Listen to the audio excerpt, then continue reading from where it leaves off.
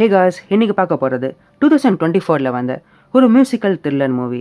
இதோட ரன்னிங் டைம்னு பார்த்தீங்கன்னா அரௌண்ட் 2 hours கிட்ட கொடுத்துருக்காங்க.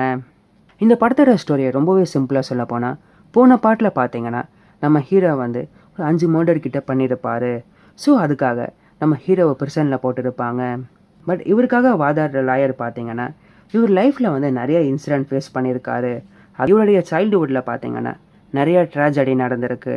ஸோ இது எல்லாமே சேர்த்து தான் ஆக்சுவலாக இவருக்கு வந்து டிசோசியேட்டிவ் ஐடென்டிட்டி டிஸார்டர், அதாவது இவர் அந்த மர்டர்ஸ்லாம் பண்ணுறப்ப ஆர்தர் ஃப்ளக்கா இல்லை இவர் ஜோக்கராக இருந்திருக்காருன்னு சொல்லிட்டு இவருக்காக வாதாடுவாங்க. இது ஒரு பக்கம் போயிட்டு இருக்கிறப்ப தான் நம்ம ஹீரோ வந்து ஹார்லி குயினை வந்து பர்சனில் மீட் பண்ணுவாங்க. அது மட்டும் இல்லாமல் அவங்க சொல்லுவாங்க, அதாவது உன் நைபர் வுட்டில் தான் நான் இருந்திருக்கேன், அவனை டெய்லியும் நான் பார்த்துருக்கேன் அப்படின்னு சொல்லிட்டு இவங்க 2 பேரோட கான்வர்சேஷன் இங்கேருந்து பில்ட் ஆகும்.